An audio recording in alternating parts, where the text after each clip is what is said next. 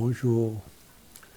Alors là, nous allons continuer une petite vidéo ou deux vidéos pour parler des épîtres de Galates. En fait, depuis que nous avons commencé ce cheminement sur le corps de Christ, c'était la semaine 22 du temps ordinaire. En fait, nous avons plusieurs types de lectures. Alors, depuis la semaine 22 jusqu'à la fin de l'année liturgique, nous aurons dans la semaine la lecture de l'évangile de Marc. Non, pardon, de Luc. Par contre, par rapport aux premières lectures, lorsque nous avons commencé, la semaine 22, nous avons lu 1 Corinthiens. Et pendant 10 jours, nous avons lu 1 Corinthiens et nous avons fait un petit résumé sur ça. Et puis après, nous avons vu 3 livres qui sont dans les livres poétiques. Alors, c'était le livre des Proverbes, le livre d'Ecclésiaste sont corrélés, et puis les livres de Job. Et il y a une semaine, nous avons fait, enfin pendant 2 semaines, nous avons fait le 4e livre de Paul, selon la classification. Donc, parmi les 13 livres, c'était les livres de Galates. Alors aujourd'hui, nous allons parler de ce livre de Galates. Alors ce livre, il est assez important. Et déjà, il y a 6 chapitres. Alors le premier chapitre, il y a 3 parties essentielles. Il y a l'adresse de Paul. Ensuite, il y a un avertissement assez sévère. Et puis, Paul va parler de son appel. Comment il a été appelé. Alors, dans la première partie de ce livre, qui est son adresse, et c'est un modèle. D'ailleurs, du reste, il faudrait lire les adresses de Paul, c'est vraiment des modèles à imiter.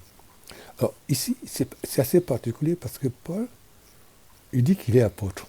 Mais il dit, alors je vous le lis, non par la part des hommes, ni par l'intermédiaire d'un homme, mais par Jésus-Christ et Dieu le Père qui l'a ressuscité de mort.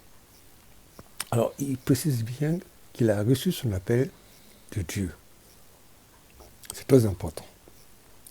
Alors, vous pourrez relire ce passage-là. C'est de chapitre 1, verset 1 à 5. Ensuite, il va faire un avertissement assez sévère. Il dit, l'évangile que nous avons reçu, il n'y en a pas deux. Ce qui arrive, ce sont les hommes qui essaient de déformer les évangiles. Il n'y a pas d'autre évangile que celui de Jésus-Christ. Il est clair.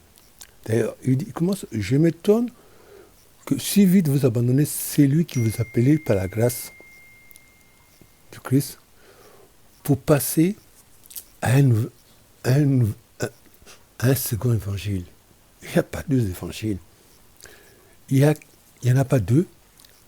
Il y a une seule. Seulement des gens en train de jeter le trouble parmi vous et qui veulent bouleverser l'évangile du Christ.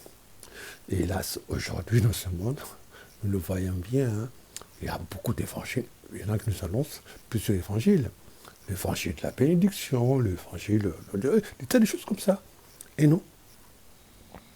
Et l'évangile, c'est la bonne nouvelle. Si tu crois que Dieu a envoyé son Fils, tu es sauvé. C'est le kérigme. Que c'est Jésus qui a été crucifié, Dieu l'a ressuscité. Il l'a fait Seigneur et Sauveur. Et il n'y a pas d'autre nom par lequel nous sommes sauvés. Ce n'est pas les hommes qui sauvent, c'est Dieu qui a envoyé son Fils. Dieu a tellement aimé le monde qu'il a envoyé son Fils pour que quiconque croit en lui soit sauvé. Il n'y en a pas d'autre. Et il nous faut rester sur ça. Il nous faut regarder le Christ, qui est Seigneur, qui est Maître, qui nous enseigne et qui nous sauve. Et ça, il a dit, c'est lui qui vient dire autre chose que cela, qui soit déclaré anathème. Et enfin, Là, nous avons, c'est du verset 5 au verset 10. Ensuite, du verset 11 à 34, il parle de son appel. Alors, d'ailleurs, il précise bien qu'il a été un zélé pour chasser ce qu'on appelait les adeptes de la voie, ceux qui venaient, les adeptes de Christ. Et puis, par le chemin de Damas, il va rencontrer Jésus. Alors, ce qui est curieux, il ne parle pas de Damas. Il va dire quelque chose qui est assez important. Voilà, c'est le verset 6.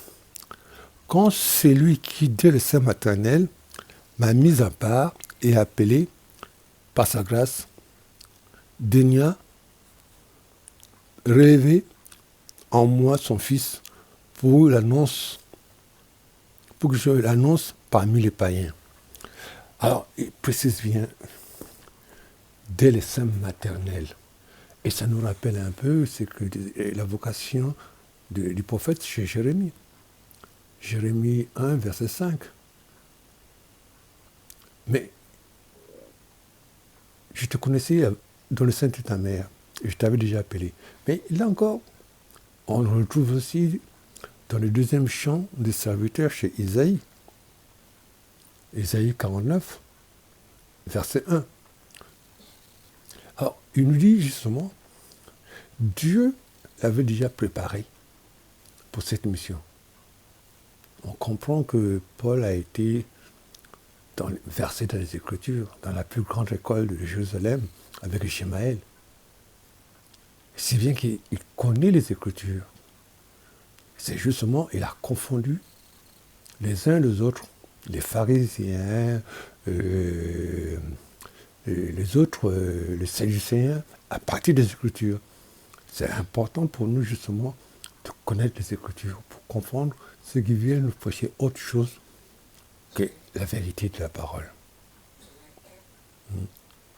Alors, il va terminer cela, il va terminer cela en disant ceci, que lui, il a été choisi pour aller enseigner aux païens.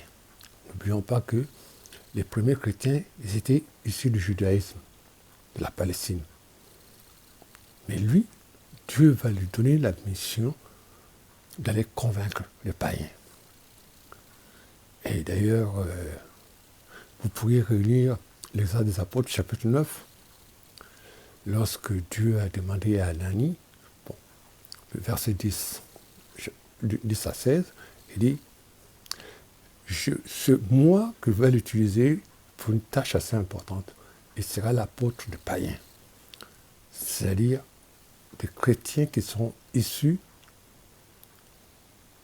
des non-juifs, des problèmes qui ne seront pas circoncis. Et nous y reviendrons sur le deuxième chapitre, justement, parce que justement, le deuxième chapitre, il commence par l'Assemblée de Jérusalem. Et n'oublions pas que cette Assemblée de Jérusalem venait des controverses qu'il y avait à Antioche et à Jérusalem.